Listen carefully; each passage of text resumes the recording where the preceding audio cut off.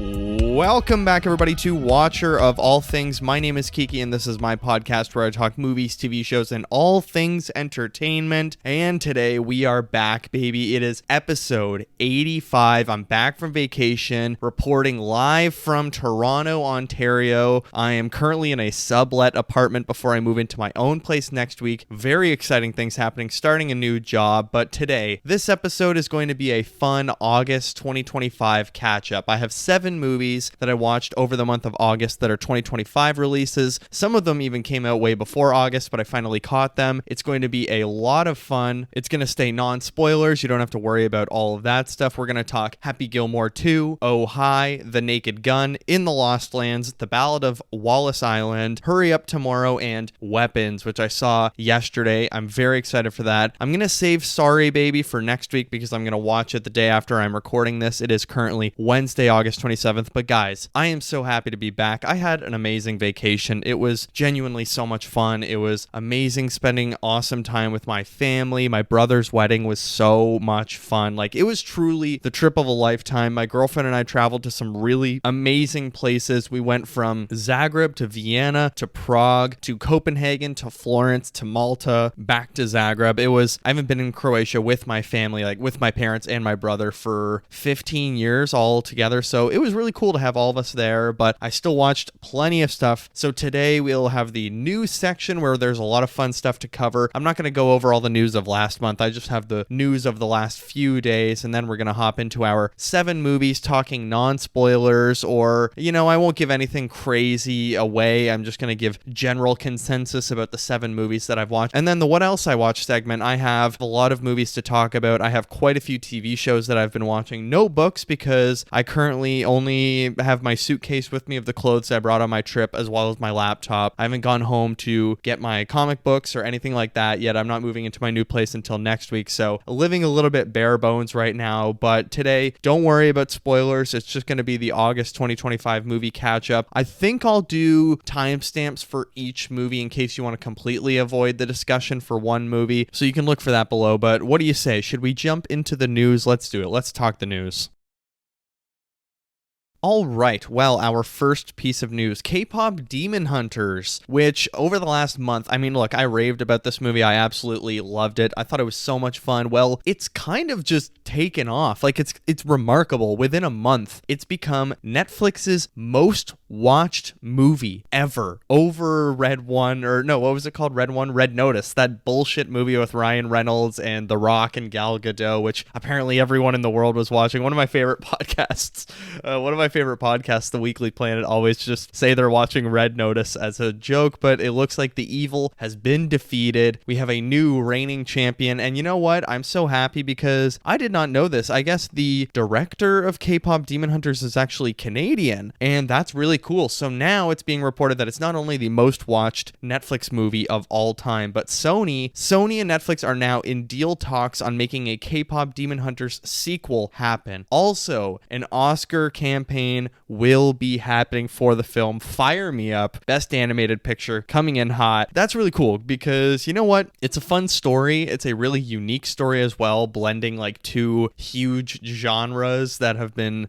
growing and growing. Vampires definitely were a way bigger genre when I was younger, going through all the Twilight stuff and stuff like that, which actually today they just released the first poster for the Twilight re-releases in theaters. My God, I hope they play at the Cineplexes near me. Now I'm a Cineplex boy. I'm no longer a Landmark Cinemas guy, but I really like that it's like the K-pop world, a world I'm not very familiar with, and it's fun to go into kind of the lore or what that industry or genre is like, and then blending that with Demon Hunters and this stuff. It's just really cool. If you haven't watched it, it's so much fun. Like, you might think, oh, this is not for me, but I'm a 25-year-old grown man, and I had a freaking blast watching it. Also, the songs are so damn catchy. On my vacation multiple times, I was listening to Takedown or How It's Done, specifically during takeoff and landing, because I'm a bit of an anxious flyer, I guess. Like, I don't know. It's funny because when I was younger, I was way less anxious about flying, but now as an adult, I hate flying at times. I really don't like big big boat rides. Like we took this boat tour in Malta. Sorry to talk about my vacation, but it's related. You know, K-pop Demon Hunters helped me through these things. We took a boat ride in Malta from Camino back to St. Paul's Bay, and the waves were just crazy. I wish I had my earbuds to listen to some music to calm me down. But on takeoff and landing, I will always play music because I find it just like really helps distract me. And I was frequently playing the new Leve album. I was playing K-pop Demon Hunters. I was playing a lot of movie scores like the Superman soundtrack and stuff because it just helps calm me down. And the K-pop Demon Hunter soundtrack is like genuinely so good. It's so many bangers on there, and it's just a really funny movie as well. And I'm so happy it's getting all this success because honestly, it's good. I don't love the animation style of the film. Like it's kind of that weird new SpongeBob animation, but I can't wait for a sequel. But now to bring the mood down, today the news has broken that a modernized Wizard of Oz series is in the works at Prime Video from Gwen Stefani, Blake Shelton, and creator Gina Matthews. If that doesn't already sound bad enough to you, it's also going to be a young adult focused story with the yellow brick road used as a metaphor for the challenges and choices facing young adults today. What? Like,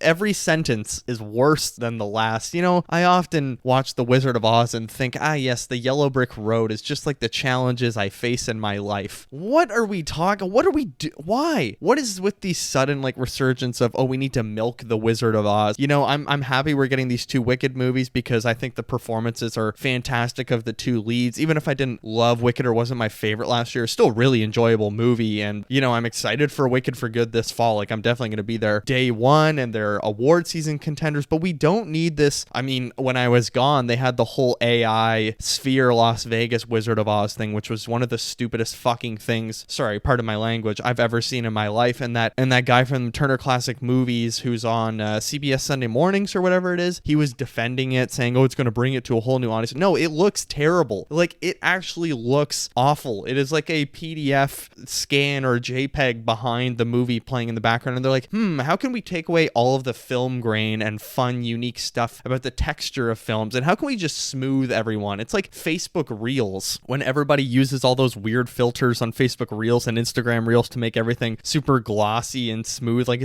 I don't know, it just creeps me out, and I don't get it. Oh, pardon me, my brother's texting me because he's flying home to Canada today. Someone's getting taken off due to security reasons. Okay, great. But yeah, I don't really understand what is this obsession with, the AI texture stuff in the Sphere. That was all that bullshit, but now we're gonna do a modernized Wizard of Oz series in the works of Prime Video. It's just, man, I hate to be one of those old men yelling at clouds, but Hollywood is truly starting to run out of original ideas because we just seem to be recycling the same 4 projects every year. And it's, I don't know, 2025's been a rough year for, I don't know if it's been a rough year for movies, but I think it's been one of the less interesting years for movies for me. I would say like last year and 2023 were really good years for films, and 2022 to be fair, but this year has just been like, I don't know. I said in my last month's YouTube video talking about my favorite movies so far this year, the mid-year movie awards, I just feel like we haven't really got going, and there hasn't been anything that I've really loved. Like, there's been movies that I've really liked, like Mickey 17, Sinners,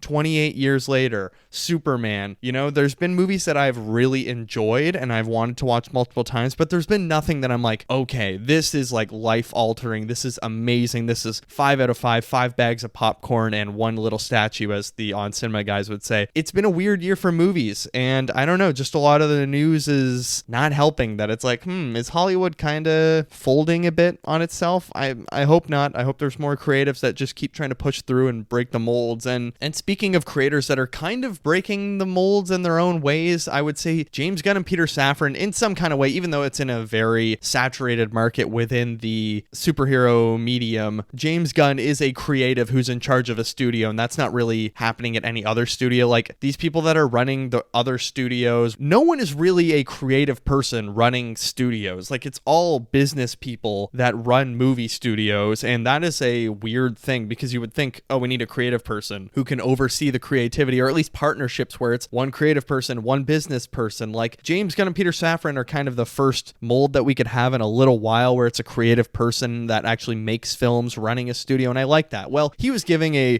big update on like Batman, and now that Peacemaker's out, which we will talk about, and what else I watched today, season 1 episode 2. I also posted a video on my socials you can check out. Every Monday I'm going to do Peacemaker reviews, following along, and maybe we'll do a season 2 review in October when the season's fully done. But he said they're still trying to figure out Batman in the DCU. Quote, obviously we know some basics about where it's going with Batman, but we're also figuring some things out, so everything's fluid. So a very non-answer. I think honestly they might walk it back on the Damian Wayne stuff, and they might actually just introduce the first Robin, but I also think it depends a lot on what they're doing in the Batman Part 2, because I think he is going to be very careful to not do the same story beat, because there have been these BS rumors from Jeff Schneider, who sometimes is accurate, I'll give it to him, that Robin will be introduced in the Batman Part 2. I would be, I don't know, interested in that, but at the same time, it's only Pattinson's second movie. I think you should introduce him in the third movie, and that could work a lot better. And I mean, I still want Pattinson in the DCU. I let Matt Reeves do those movies, and so what if they look completely different from the rest of the universe because they're just like so outstanding visually? I think it could work, and I love the tonal differences between Superman and Batman within these two specifically. So whatever, I think it could work. But as for like DCU Batman, there's been so much online pushback against the Brandon Sklenar dude from Drop and the Blake Lively movie in like 1923 or whatever, because he is just like constantly talking about Batman in all of his interviews, and people keep asking him questions about it. And honestly, he is the worst fan cast I have seen in a very long time for a comic book character. He was giving this interview last week, and I've reposted a couple TikToks kind of roasting him a little bit, where he was like, oh yeah, you know, I just want to do it like the comics. Like I love Christian's version, talking about Christian Bale. I love his version, and I'd love to do an even more accurate to the comics Bruce Wayne, and then make Batman as dark as possible. Like that's all he has to say, just the most generic stuff about the character, because it's clearly just a PR thing that he's trying to make himself popular and trying to get this role by talking about it more and more, when I don't know if he actually has like any connection to the character. Whereas like if you compare that with how Robert Pattinson was talking about Batman when he was first cast and going through all of the press stuff, like he talks about Batman like he's a psycho, and he loves like the tortured element and how much of a freak and how much of a weirdo he is, and he gets it way more. Like he talks about how damaged he is, and he's like kind of dead inside, and he's one of these weirdos that he loves playing in his career, and that makes sense. You're like, oh, I get it. Whereas there's nothing really about Brandon Sklenar that I'm like, oh yeah, I could see it. Nothing about it really draws me in, so I hope it's not him, but who knows what's gonna happen. I kind of hope they go with that what's his name, Nathan Mann. I think he was in Masters of the Air. He's the only one so far that I've been like, yeah, I could kind of see it. He kind of looks like a comic Batman. He has like an okay voice. I don't know how tall he is though, because look, you do need a tall Batman. He's got to be like 6'2" minimum, and I mean Pattinson was pretty skinny when he started, but he's a big dude, so at least he bulked up, and we'll see what happens. At this point, it's like whatever. We're not getting a DCU Batman probably till 2028 unless they merge with Pattinson. Then we'll see him sooner. But let's move into another story now. Original Harry Potter director Christopher Columbus, or Chris Columbus, he's not Christopher, says, what's the point of the upcoming reboot TV series? Quote, if I'm seeing these photographs and he's wearing the exact same costume that we designed for Hagrid, part of me was like, what's the point? Oh my god, I love Chris Columbus, dude. I mean, just a couple days ago he was talking about J.K. Rowling and how depressing her comments were. He's like, and then he's talking about the whole rebooted series like in that quote there, and it's so true, because every photo I see from the shoot and everything they're talking about, I'm like, we just got this with the movies. Like, yeah, they wrapped up 10 years ago, but why are we it's just, I get it, because you want to flesh out the books and you want to show everything and you want to redo it as accurate as possible to the books instead of shortening it like they did for the films. Like my favorite Harry Potter film, Goblet of Fire, I know a ton of stuff was cut out of that, and I get it, you know, oh, let's show the whole shebang instead of like cutting it out for the film format. So I think he's totally right though, because what is the point when Nick Frost looks identical to the previous Hagrid, and you guys are just going to repeat a lot of the same stuff but in a longer format, and it's kind of just for the sake of getting J.K. Rowling more money, I suppose, and letting her have further creative control when she's one of the most divisive people online, or maybe in the world right now, obviously, other than certain dictators that are in power like Donald Trump. And it's just it's a weird thing, because I love the Harry Potter movies, and I'm like, okay, like a Harry Potter TV show, I suppose, like I'm gonna watch it probably. Yeah, I mean, you can't miss that. Like, I have to watch it, especially because I'll probably review it, but it's really odd. Final story of the day. Let's talk about Avengers Doomsday and what the fuck is going on with this movie, because oh my dear God, there has been so many stories in the last month that I've been reading on vacation, and I'm just thinking, yeah, it's gonna be a disaster. I actually have zero confidence in Avengers Doomsday or Secret Wars, and honestly, my excitement for the movies is probably at like a 1 out of 5 or 2 out of 5, because I'm just kind of dreading it. I'm really scared with what they're gonna do and how bad it's gonna be, because now there were all these rumors that, oh, well, now Ryan Reynolds is gonna be in the movies, and he posted that thing on Instagram where it was an Avengers logo with Deadpool or whatever, and then there were 2 outlets that were reporting, oh, he's not gonna be in the movie, and there were 2 other outlets that were reporting, yes, he is. All these conflicting reports. Then there's a report that, oh, 2 big stars are clashing on the set of Avengers Doomsday, and people were alleging it's Robert Downey Jr. and Ryan Reynolds, and they're feuding on set, when those are just completely false now. Like, apparently Ryan Reynolds is actually not in the movie. That is true. So it's just kind of been a bit of a mess so far on this shoot, because they don't have a script. So like, what are they making? They're making a movie with a story they're kind of just coming up with in their heads. And I was listening to James Gunn's interview on Smartless. He was kind of making the point that DC is going to always have the scripts ready before shooting, because like, you need that. You can't start a movie when you only have the first act, because the third act depends on the first act. Like, you need to have, you need that balance of where do we want to start, where do we want to go, and that holds the tone of the story. And didn't try to read anything into it too deeply, but it feels like he was taking a lot of shots at Marvel, or at least saying that like, clearly Marvel is doing things wrong, and he openly said like Disney Plus kind of screwed them over. And he's totally right, because now, Avengers Doomsday is a Russo brothers production where there's all this BS CGI green screen face replacement. Like, Alan Cumming was talking about, he was basically shooting by himself in isolation with like 1,000 cameras and the makeup, and they're doing face replacement where he's allegedly fighting people, but he doesn't know who he's fighting against. And then the Namor actor, just last night actually, when I was walking home from the movie theater, I read his quote that he said there's like 20 to 25 storylines in the movie. Like, everyone is playing a really small part, and that's just, oh my God. It's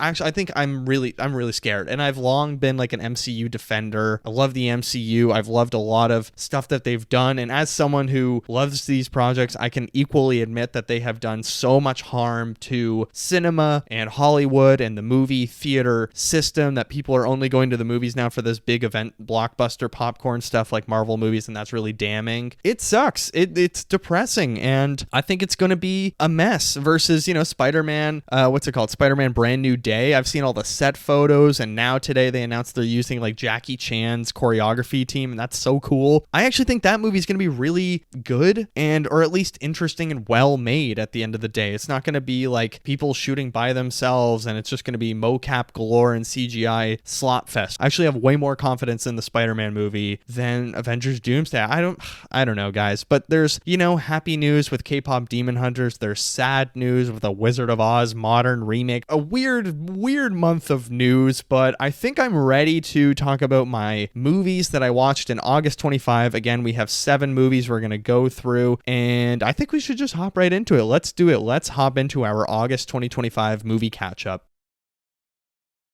Alrighty, our August 2025 movie catch-up. We are going to start with a little film coming from Netflix called Happy Gilmore 2. I, for a couple of these movies, have posted like social media reviews about them, but I thought it would be fun to just, do a little compilation episode. So let's do it. Let's talk about Happy Gilmore 2. So Happy Gilmore 2 is a 2025 comedy coming in at 1 hour, 58 minutes, currently has 6.1 on IMDb, 63% on Rotten Tomatoes, 2.7 out of 5 on Letterboxd, with the average rating being 3 stars. It is directed by Kyle Newacek. It is starring Adam Sandler, Julie Bowen, Christopher McDonald, Benny Safdie, Benito Antonio Martinez Ocasio, Ben Stiller, and Eminem. Had a budget of, you will not believe this, $152.5 million. Dear God. And I think it's probably because there are a gazillion cameos in this movie. The movie is just fully cameos, and yes, So Happy Gilmore 2, I was a big fan of Happy Gilmore 1. That is a movie that my brother and I regularly quoted, regularly watched when I was a child. Like, I liked a lot of Adam Sandler comedies, I would say, as a kid. Like, yeah, I liked Billy Madison, Waterboy, I kind of watched a little bit later. It's not one of my favorites, but I did like Happy Gilmore a lot. That was probably my favorite Adam Sandler movie as a child. And I knew when Netflix started doing all these legacy sequels, I was like, there will be a damning day when Adam Sandler does Happy Gilmore 2, and it has come. We made a huge mistake not giving him that Oscar for Uncut Gems because he promised, if I do not get this Oscar nomination, I'm going to make the most dog shit movie possible. And he has stuck to his word with a few movies that absolutely suck. And Happy Gilmore 2 is right up there. Like, look, it is not the worst movie in the world by far, but it feels very inauthentic, and it feels like someone just trying to cash in on something. It feels like, and so many people have really made a good point, that it feels like a Super Bowl commercial where they're just bringing back everyone in cheap costumes just to redo the lines or redo the jokes from the previous movies. And like, did I laugh? Maybe a couple of times. I don't know, but it was mostly from Benny Safdie and Bad Bunny. Like, the fact that Bad Bunny is maybe the funniest part in an Adam Sandler movie is not good. And it's just kind of a struggle to get through when it's just repeating the same jokes and story points kind of from the previous movie, but it's doing like weird Gen Z new things, trying to update it to a modern version, but so half-heartedly, and it doesn't really feel like anyone is truly trying. Like, again, it feels like a commercial where it's like, oh guys, we're just doing this to sell a product, but like, what is the product of this movie? Is it Adam Sandler? No, it's Budweiser, it's like Subway, it's all of these product placements that they have in the story that are just so poorly hidden, as opposed to the first movie. They do a Subway commercial like halfway through that's really funny, and it's like, oh, it is like a product placement in a way, but at least they're doing it organically in the story, because now Happy is trying to get money to save his grandma's house, and it's like, oh, it's a heartfelt story, and you know, he has to do the commercial stuff, whereas in this, it's just like, I don't know, it actually feels Adam Sandler is selling these products because he has to budget his film for a $150 million. Also, Margaret Qualley is in this. She's probably in like 45 seconds of the movie. What a waste. Cast her as your daughter, man. What are you doing? Instead, like, and you know, no hate for wanting to work with family, but he casts his actual daughter as his daughter, but then his 3 sons aren't his actual kids. But it's just like, I get that he wants to work with his family, and that's very cute, that's very nice, and it makes a very strange story choice in the first 5 minutes that obviously we're in non-spoilers, I don't want to give away, but it's kind of depressing to see all of these people selling out a little bit, especially on a Netflix project. I just think Netflix is probably the worst streaming platform. I don't know, just like Prime Video, I think, is doing at least more original things, or like more interesting programming, and not, is it cake? Is it a pickle? Is it a real fart or a fake fart, or whatever, like true crime, clown deaths, or stupid I don't know, just random stuff. And no hate if you like true crime, of course, I get it. And then just these terrible legacy sequels that I'm like, who is asking for Happy Gilmore 2? And if you're gonna do Happy Gilmore 2, at least make it interesting, because it's using the same jokes, and it's also really sad because every 5 minutes in the movie, they're reminding you of how many great actors from the original movie have just died, and they're replacing them with wrestlers or football players or basketball players or rappers, and it's like, this is so sad. Like, hey, remember this guy from the original? Yeah, he's dead now, and everyone's old, and the world is way worse, and everything's falling apart. But hey, here's this WWE wrestler that's stepping into the film, and it's just, oh my god, it really did make me break down a little bit of like, woof, this is grim. This is like a commercial for late stage capitalism and fascism.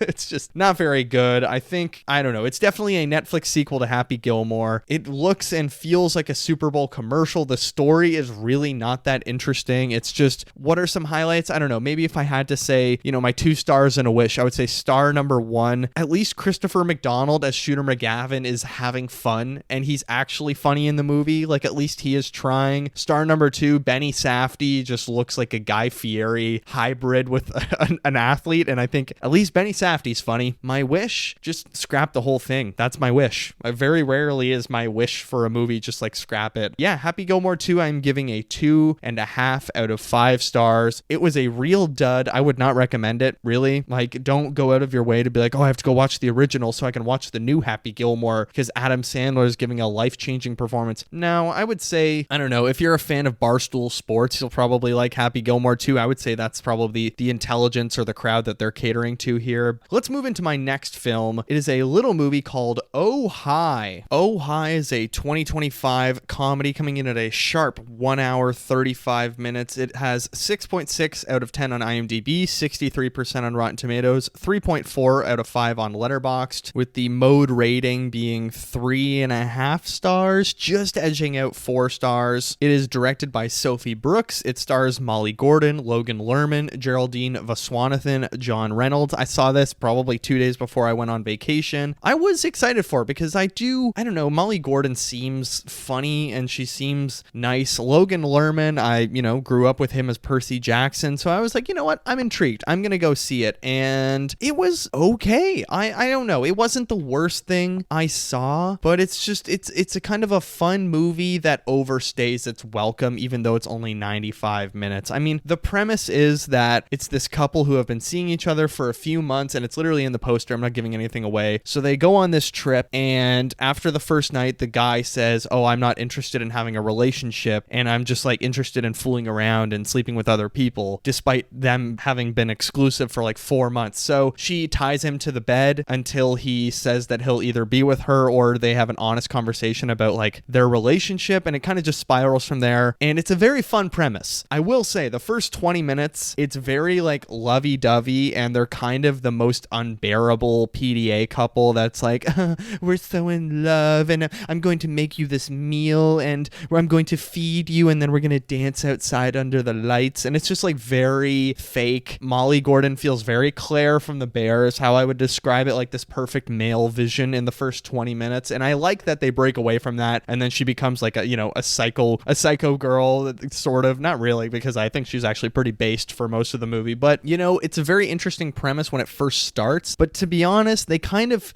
lay the groundwork for the big emotional reveals in the first 20 minutes, and it's exactly what you think it's going to be for the rest of the movie. Like, there's no really big reveals throughout the story, and they very much are just playing with open deck, I guess you could say. It's an open hand round, and it's kind of a bit of a bummer because you wonder where they could take this novel idea of like, oh my god, we've all been there, or well, others have, I haven't, where you're dating someone and they're not taking it as seriously as you are perhaps, and it just makes you feel crazy that you've maybe misunderstood this relationship, but no, you haven't, because clearly it's been serious or whatever. And like, how funny that she's literally going to tie him to the bed until she gets his way, but now is she actually becoming the crazy girlfriend or whatever, the stereotype? And it's just a very fun premise that after about 25 minutes, I was like, I get it. I get what we're doing here. Let's try to change it up. Can we do something else with this premise? And it's just nothing really fresh for the rest of the runtime, and it kind of feels like you're going through the same 4 conversations. I will say Logan Lerman, he's pretty good in it. I think he actually has a lot of fun stuff that he gets to do, even though his performance is limited within the spatial aspects of the story, I guess. That was a really weird sentence. His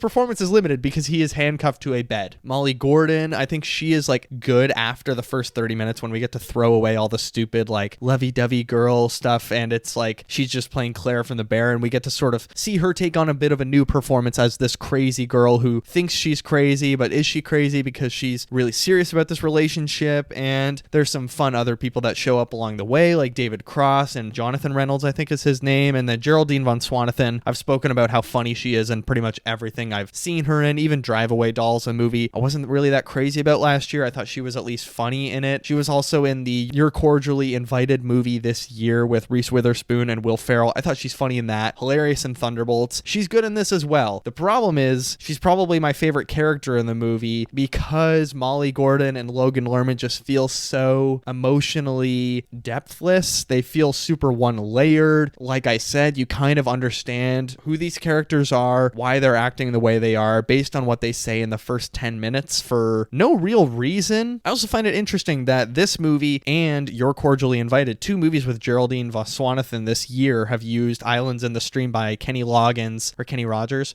Rogers story and Dolly Parton. Weird coincidence. I don't know. It's like Havoc used the song from the Thunderbolts trailer, even though it came out like, a few weeks before Thunderbolts. It's funny how song rights work in Hollywood. And honestly, though, Oh Hi, it was pretty fun and smart at times. I think the opening 20 minutes had me a little hesitant with some super cheesy and pick-me dialogue, but it really won me over. Sort of in the middle third, like Molly Gordon, at least she gets to have fun, because I honestly do feel bad about her character in The Bear. Like, Claire is just such an emotionally depthless character that's sort of just peak male gaze. It's just that it's not very good that the side character friends are stealing the show within this film. Hilarious at times, but most of the time it felt very stale. 3 stars out of 5. All right, next up, we are going to talk about The Naked Gun, a movie I have seen twice now. I just rewatched it last night because my girlfriend really wanted to see it, and yes, I am very excited to talk about this because The Naked Gun is a 2025 action comedy film coming in at 1 hour and 25 minutes. It has 7 out of 10 on IMDb, 88% on Rotten Tomatoes, 3.4 on Letterboxd, with a 4-star mode rating. It is directed by Akiva Shaver, of course, of The Lonely Island, who did Pop Star, Never Stop, Never Stopping. Stars Liam Neeson, Pamela Anderson, Paul Walter Hauser, Kevin Durand, and Danny Houston. And oh my god, this was a movie I was excited for a long time, and it did not let me down. The Naked Gun, like Happy Gilmore, in my house, we used to watch the Naked Gun movies a lot. I loved them as a kid. I thought Leslie Nielsen was like one of the funniest people in the world ever, Canadian icon, and rightfully so. I will give my brother credit. When the trailer came out, I was super excited. I said, this is going to be really good. It looks hilarious. It's Akiva Shaver. It's very promising. And he was like, I don't know. I just don't know how they're going to hold up to the originals. And like, fair enough, because those originals are just lightning in a bottle. But I am very glad to say that for me, this was phenomenal. It is some of the most balls to the wall spoof comedy filmmaking that we have had in so long. It was so nice to be back in this world where it's just gags and gags and gags. I mean, my girlfriend, she's not a huge like spoof movie person, but when we walked out last night, she just smiled and shook her head kind of at me and said that was so stupid, but in a good way. Like, that was such a dumb movie, and I loved this. I thought it really, really works. It has not only a fun story that it just is kind of pushed by things like plot devices, and I don't want to just give away every gag, but there are like some jokes that I want to talk about because they're just so funny to me and they're in the trailer, so I will talk about them. But at the same time, I think this movie, unlike Happy Gilmore 2, really does try to honor the original while pushing on to do its own original thing and become a novelty thing, and even addresses it in the film when Liam Neeson's talking to his dead fathers. Frank Drebin on the wall in the frame says, I want to honor the original or honor your legacy while doing my own thing and showing that I can be original. You know, it's funny meta commentary that Happy Gilmore 2 just really didn't care about and was just concerned more with cashing in on the checks and just like using the brand for its own sake, whereas The Naked Gun is really trying to do some fun thing and has some, really original jokes that I loved so much. There's a joke with TiVo and Buffy the Vampire Slayer that just goes on for so long in this movie, but it was even funnier the second time I saw it because I'm like, this is such a needless joke and such a pointless joke, but it's so goddamn funny to me, and it just made me giggle and kick my feet. You really do get the Akiva Schaffer jokes where it's just such random stuff in there, and I think his perfect sense of humor really does fit this story so well, and it's a great spoof movie. It really is spoofing the Mission Impossible films actually really well, and I love that. The fact that it's Lauren Balfe doing the score for this film as well. There's one scene that is spoofing Mission Impossible Fallout that is maybe one of my favorite scenes of the year because it just keeps going, and again, like a lot of really good comedies, and this movie included, it knows when to repeat jokes in a way that only makes it funnier without doing it one too many times where you're like, okay, you could have stopped it earlier. There are segments of this movie that go on for so long and certain jokes and gags that I'm like, oh my god, they just keep doing it, but it gets funnier every time, and it never feels like, okay, you've overstayed your welcome with that joke, let's move on, do something fresh. Is it perfect? No. I feel like there are moments where the ending just feels sort of abrupt and it's like, oh, everything just has to go crazy now, and it just kind of is over, but I like it, and it's a really tight 1 hour 25-minute comedy. Let's talk about the performances a little bit because Liam Neeson really is the perfect actor to take up the mantle from Leslie Nielsen. You have to remember, Leslie Nielsen was a dramatic actor really before he did comedies. And that's why it was funny he was doing The Naked Gun, because he was this regular drama actor going into the comedy spoof genre. And he very much had the philosophy that you can't let the audience know that you're joking, and you have to take it as deadly serious as possible. You know, you have to treat it like it's actually all there and happening. And Liam Neeson does the exact same thing. He is not at any point in this trying to wink, sort of. Well,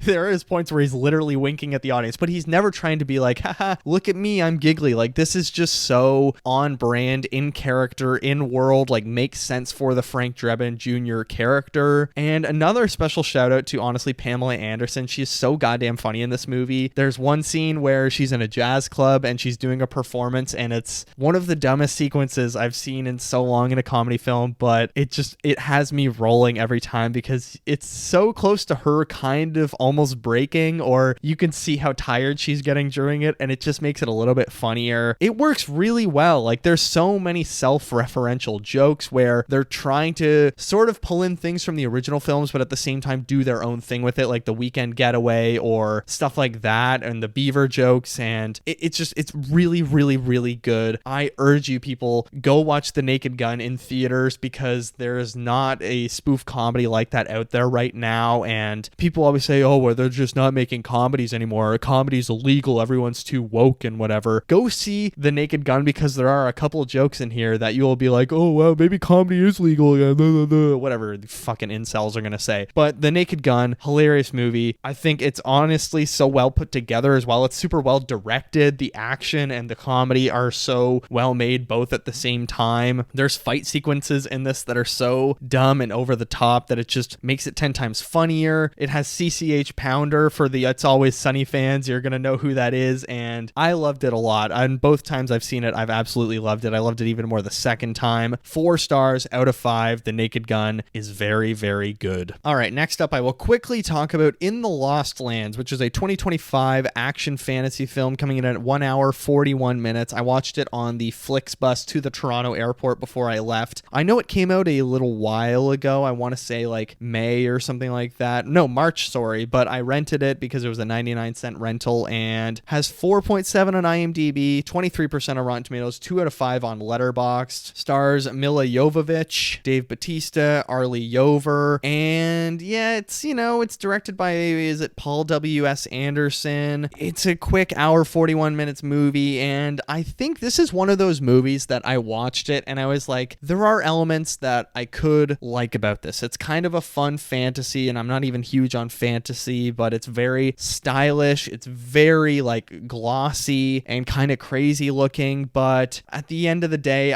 not for me. The overview of the film is a witch travels to the Lost Lands in search of a magical power that allows a person to transform into a werewolf. So it's her and Dave Bautista on this sort of mad adventure, and they're going around, yada, yada, yada. The action is pretty fun in it. Like, I did admire a lot of the action sequences, but other than that, I was struggling to stay awake because it did just feel extremely dry. And while I did enjoy sort of the stylistic choices in the first 20 minutes of how sort of big and bombastic it all felt in slow motion, like this was Rebel Moon on crack almost. After 20 minutes, it sort of wore off, and I felt like, okay, it seems like this was just filmed on an empty parking lot, and nothing really feels tangible in the film, and the performances are very stiff, and it's a lot of just monologuing and slow motion sequences or flashbacks and all that stuff, which I just really don't like after the Rebel Moon films. I'm like, okay, I can't do another fantasy. Everyone share their story now, and that's exactly what this was. I didn't really have high hopes for it anyways. I had seen some people be like, oh my god, this is amazing, and I'd seen other people say like, this is absolute dog shit. I didn't think it was the worst movie I've watched. It was sort of just one I had on my watch list for a while. It was a 99-cent rental. I wrote in my Letterboxd review, while I appreciate the visuals being so determined to be unique and the action being super enjoyable, this was basically just Rebel Moon. It's clunky, overwritten, and really fails to make the characters feel like they're worth rooting for. Not for me, unfortunately. I just could not connect to the characters in any way. They felt too stiff and too rigid, and so much of the dialogue was just like, okay, that was a super emotional line that you just had, but I felt nothing from it. Like, it's that go girl, give us nothing meme. A disappointing film. I went 2 out of 5 stars. But let's move on to another film. Next up, we have The Ballad of Wallis Island. This was a little comedy movie I was looking forward to for a little while. An hour and 40 minutes long, 97% on Rotten Tomatoes, 7.4 on IMDb,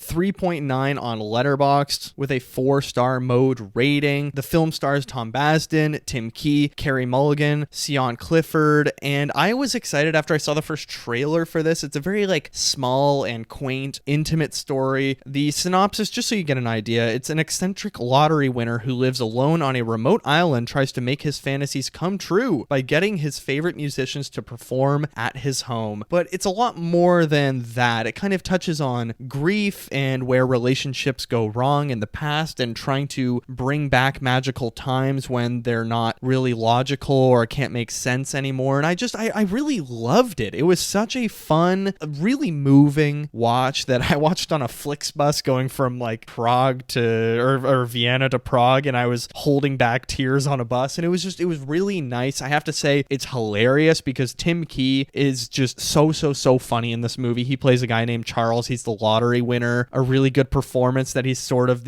at times playing a super goofy guy, but at the end of the day he also has very emotional things about him that we're really invested in, and I love that. Then there's Tom Basden and Carey Mulligan, who are this former band duo who were also dating, and then they broke up, I guess. It's them being on an island together, and it sort of delves into talking about a musician who is in all truth washed up, and then he's in touch with a fan, and it's almost like a fan fantasy where we could talk to washed up artists and be like, oh, we love your stuff earlier when you were just more in touch with yourself instead of doing the big pop, whatever it is, commercial stuff. And it's just a really interesting meditation on the kind of rock star indie life moving into pop music, and then talking about your past relationships and how that can affect your career and all. A really good setting as well. I like this remote island where all you really have is the little community around you and your feelings to sort of meditate on that. And I loved it. It was a very surprising watch. I mean, it's just quite delightful. We all love living in the past. We all love living in a lie at times. And this movie is a gentle reminder that we do need to be shaken occasionally.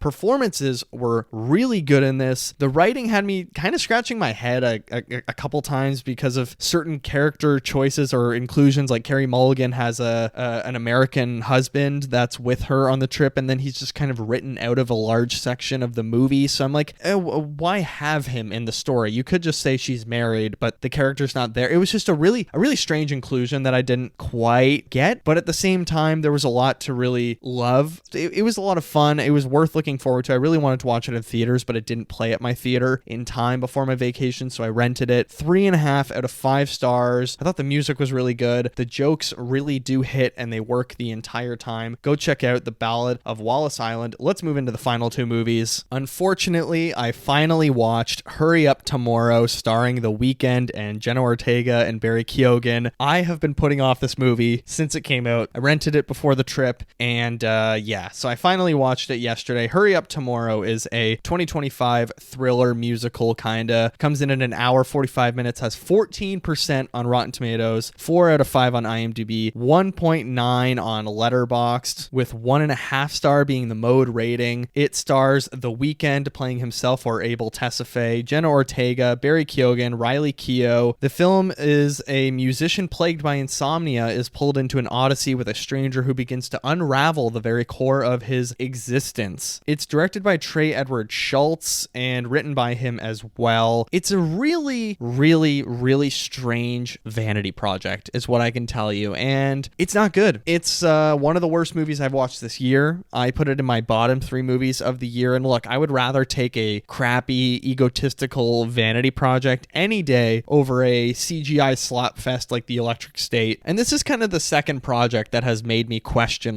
what's The Weeknd doing? What's kind of the goal here? Does he want to be an actor because he did The Idol, which a lot of people just straight up hated, and now he's done this, and both things have just crashed and burned. And then also Jenna Ortega. I talked about her in my last YouTube video, the Mid-Year Movie Awards. Go check that out. I just don't understand what her career trajectory is. And this movie just had me really scratching my head a lot of the time. Nothing really happens. It's kind of just The Weeknd being like, oh, I'm so important, but I'm so tortured. And people telling The Weeknd how important he is, how amazing his music is, and like, oh, you're God's gift to humanity. And it's just one of the strangest ego bumps or encouragements I've ever seen on film, of just one star being told how important he is for an hour and 45 minutes. And I really, really hated it. There's nothing I enjoyed about it, to be honest. There's no positives of Hurry Up Tomorrow. I gave it 1 out of 5 stars. Don't check it out. It's not even worth it unless you want to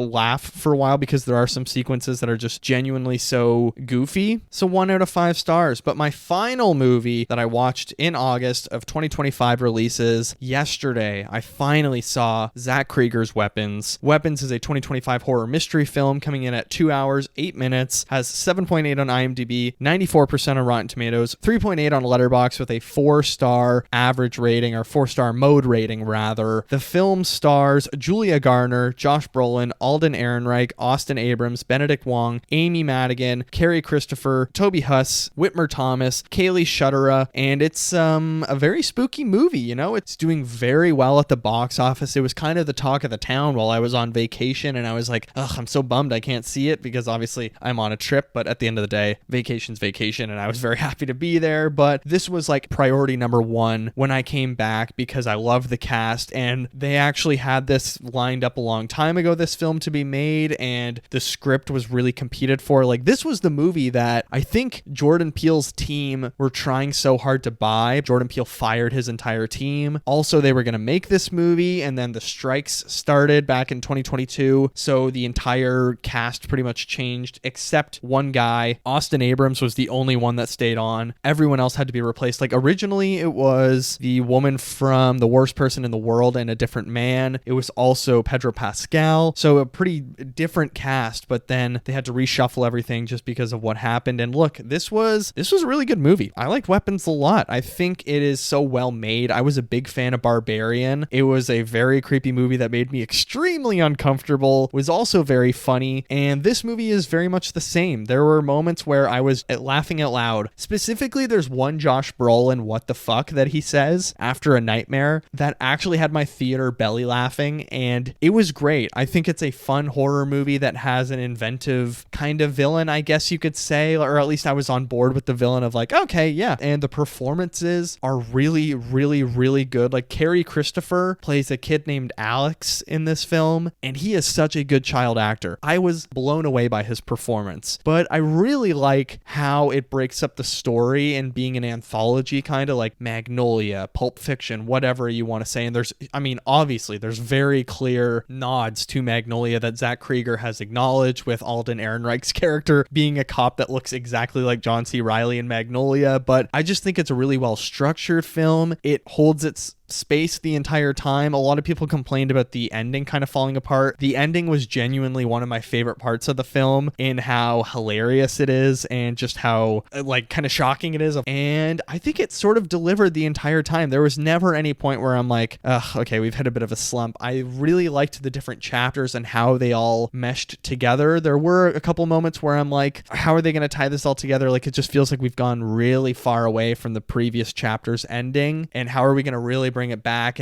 But for the most part, I was really on board. Fun villain, good performances, really well just put together. I love the lighting and all of the super dark sequences, how they looked, and it makes the suburbs honestly terrifying. Like, I'm scared of the suburbs after watching Weapons, and the kids running kills me. It makes me giggle. It's so funny. I gave Weapons 4 out of 5 stars. I would totally recommend it. Really good horror movie. And that's been all of my 2025 August watches. So we have Happy Gilmore 2 coming in at 2.5 stars, Oh Hi coming in at 3 stars, The Naked Gun at 4 stars, In the Lost Lands at 2 stars, The Ballad of Wallis Island 3.5 stars, Hurry Up Tomorrow at 1 star, Weapons at 4 stars. I've now seen 76 movies in 2025. I already have a lot of movies in my future. Work dependent, I'm going to try and go to a bunch of TIFF screenings, but I might actually be on set for like a majority of the TIFF festival, so it might end up that I only see like the last couple days of the TIFF Fest and whatever is there, and that's a bit of a bummer, but at the same time, I'm excited to start my job. But for now, I think we should move into what else I watched.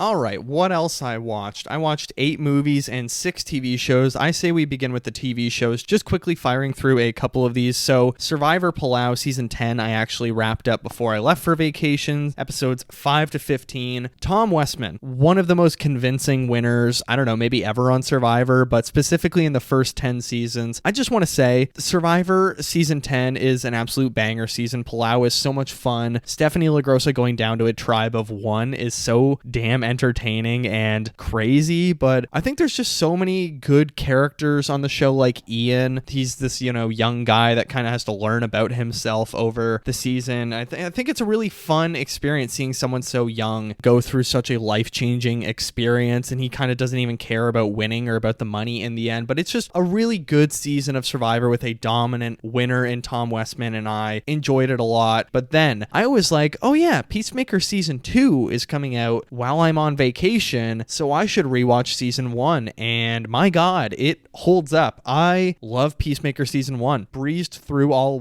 8 episodes, I think in a day and a half, not even. I was so on board. I think it's some of James Gunn's best work, probably the best thing John Cena's ever done, and I know he's a famous wrestler, but I think he's just so good as Peacemaker. And just this week, I got to watch Peacemaker Season 2, Episode 1, finally, and made a little reaction video on my socials. I have to say, I'm really on board with what they're doing for Season 2. I like the Amelia Harcourt stuff, that she is like toxic masculinity and she's being blacklisted by Amanda Waller. I love that the only one of them that can get a job is just Economos, and Vigilante is still doing his busboy job. It's really funny to me that he's totally fine with saving the world and then just going back to his kitchen job. But what they're doing and how seamlessly they moved Peacemaker into the DCU is remarkable. Like, I was so concerned, or just trying to think, how are they going to get him into the new universe? It's going to be a portal. Is he going to go through one of the doors and then just stay in that world? And it's like, no, they just retcon it in the first 5 minutes within the previously on Peacemaker. It's a good storyline. I'm excited to see how he balances the two universes, because, I think it's going to be very much like a grass is always greener on the other side type thing, where maybe everyone is evil. Peacemaker Season 2, it's off to a very promising start, and look forward to my reviews every Monday. Then I am behind on It's Always Sunny in Philadelphia. I am only on episode 5. The gang goes to a dog track, which is one of the darkest episodes we've had of It's Always Sunny in a few years. Felt like old school Sunny. I don't know, something was in the water in that writer's room last season, because holy shit, the episodes they're writing are so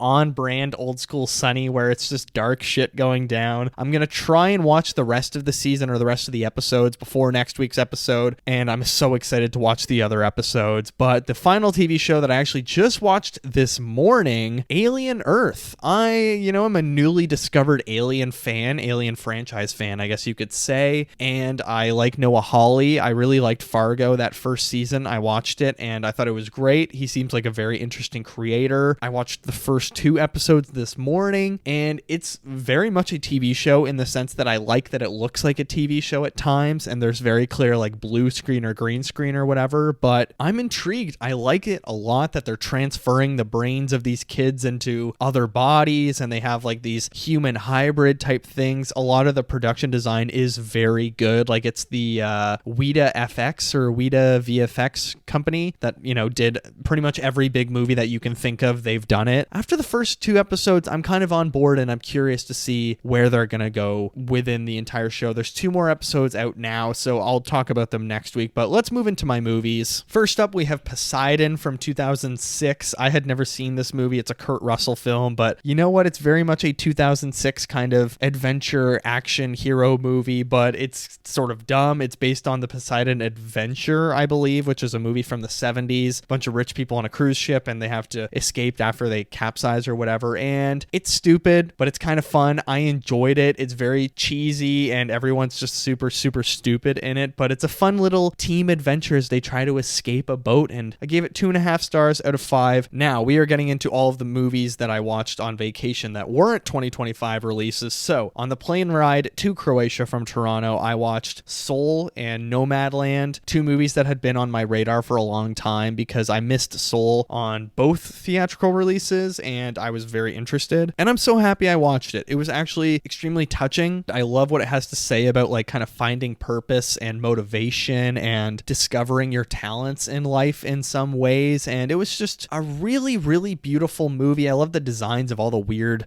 characters in like the soul world or the afterlife or whatever. I would encourage people to watch it because I think adults can even take a lot from it. The way it talks about like premature death or just death in general is very mature and lovely. I was very surprised by it. I gave it 4 out of 5 stars. But speaking of good performances, Frances McDormand in Nomadland. This was, of course, a Best Picture winner from 2020. I'm glad I finally watched it. Chloe Zhao is a very gifted filmmaker. I'm excited for her Hamnet movie, which the trailer just came out like yesterday. Yeah, Nomadland. It's really interesting, the community that she's talking about within the story and sort of how we treat people that live in alternate lifestyles, and it doesn't feel judgy ever in the film. Like, it's just a very real depiction of someone that has clearly gone through things in life and is now looking at this kind of alternate lifestyle where she is processing a lot of grief. And it's, you know, it's not a super long movie either. It's 108 minutes, so under 2 hours. It was a breezy watch on the flight. I didn't absolutely love it, but I really liked it. 4 stars. Then after Ari Aster's film Eddington, which I watched before vacation, I was like, okay, I'm gonna watch Beau is Afraid. It was on my radar for so long, but I watched it on one of my buses, I think, and I have to say I liked it. I was pretty entertained. It's kind of super batshit, and I think Ari Aster,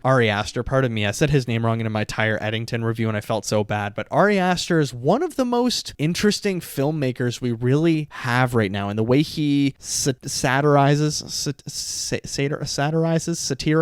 makes a satirical comedy or a film about our world. Like, his depiction of, I guess it's New York City, was just so funny, and like it really had me on the edge of my seat. I gave it 4 out of 5 stars. Really good. I liked it a lot more than Eddington as well. Then in Vienna, Austria, my girlfriend and I decided we were going to watch The Sound of Music because, you know, we're going through Austria. It's beautiful. I have issues with the writing in that I think the Baroness, or the rich lady that's gonna marry Captain Von Trapp or whatever, she has such a weird role in the movie where she's like, oh, you need to leave, Maria, and then Maria comes back and she's like, Maria, you need to marry him because clearly you're in love with him. I'm like, what is the point of the Baroness? Just don't have her in the story. But anyways, I loved it. The Sound of Music was so touching. I've been humming the music from the film for the last week and a half since we watched it. It's genuinely a classic. Julie Andrews is just doing so much in the film that blew me away. She's funny, she's charming, fluid, and just her dancing and singing, she does it all. And it's one of those movies that you watch that's a classic. You're like, okay, it can't be that amazing like everyone's saying, and you watch it, you're like, yeah, okay, it's pretty amazing, and it's pretty great, and I'm glad I watched it. I gave it 4.5 out of 5 stars. Really loved it. R.I.P. Christopher Plummer because he's a Canadian icon. Last 3 movies, I finally watched Game Night on the way home from Croatia, a 2018 comedy that I had for some reason been putting off for so long despite seeing clips of it on Twitter almost every day. I'm so happy I watched it. Actually, we had a girl next to us who's a nursing student from Brock, and when I told my girlfriend, oh, I think I'm gonna watch Game Night, she heard me and was like, you should watch Game Night. It's so funny. And I got her to watch The Pit, actually, and I saw her binge the first 4 episodes.